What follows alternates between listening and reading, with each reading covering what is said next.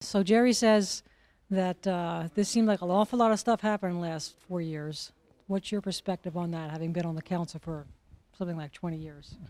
Yeah, I mean, we came off of about a 6-year period where it was all focused on the budgets because the finances for the city, due to the recession, or some call it the depression that we had, that we were more concentrated on just trying to keep our AAA bonding and keep the financial ship afloat. This shifted this term where we've had some opportunities to take on some new things. I mean, some of the money came back into the investment market for some of these projects. They took off. The mall certainly is the largest single development we've ever had in the city of Norwalk. It took some time. That got done this term. We got in a commercial blight ordinance. I think that's pretty important to quality of life issues in the city of Norwalk. We've expanded our capital budgets on our roads and sidewalks. That's important. We made more investments into Fodder Farm this term. All right. We managed to fix up the house and add the barn out in the back was underneath this turn and that. I said we've done some nice things there. It's pretty intense. Poco moved along, even though reluctantly, Poco moved along.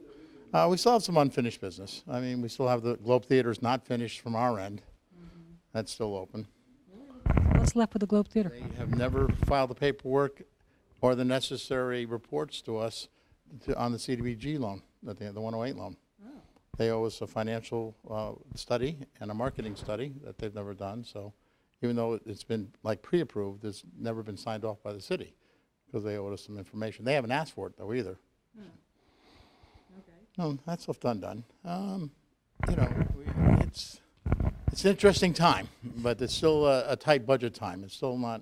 I think the focus obviously is probably going to be on school buildings next term coming up more than anything. We have invested a lot of money over the years in the schools.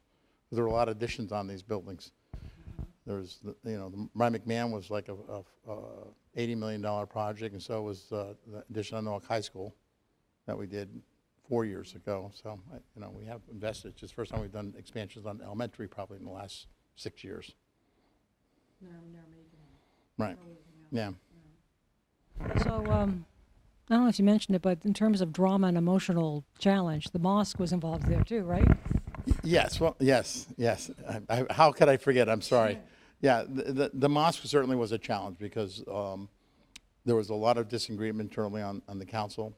A lot of us felt that we should go forward with a lawsuit in court, but we also knew what some of the financial costs would have been associated with that and how long of a fight to do compared to what we finally settled on the agreement.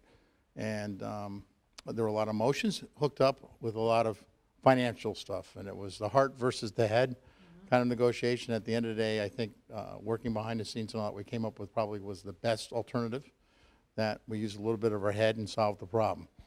So it was kind of an intense 2 years. Yeah, it was very intense, yes. I kidded myself, but Mr. Petrini and I spent a lot of time on the phone the last 2 years extensively, and Mario and I also spent a lot of time on the phone over the last couple of years because of either the mosque situation or dealing with the GGP situation. Yeah. Okay, before your candidacy was announced, I heard that maybe you wouldn't run again because you've got grandchildren, you got things going on. Was there any truth to that? Yes. Yes. In fact, if you had asked me this question back in February, I probably would have said 85% I was not running again for re-election. Right.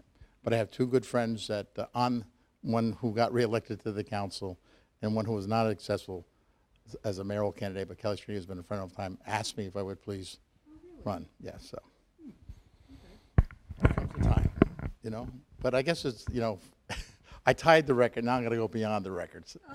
No, but it was not my intent. I found out there's a Mr. Gilman from Rowayton who served from 1933 to 1955, the 22 years. That was in, the hour, and then the 50 years ago today thing I just happened to read about. It's kind of interesting. But look, I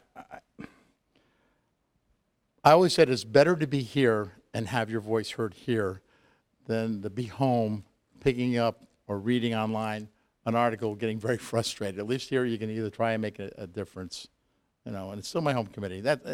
My grandkids are here, going to school here now in Fox Run, so it's the kindergarten. So now it's it's had a different significance for me to stay involved.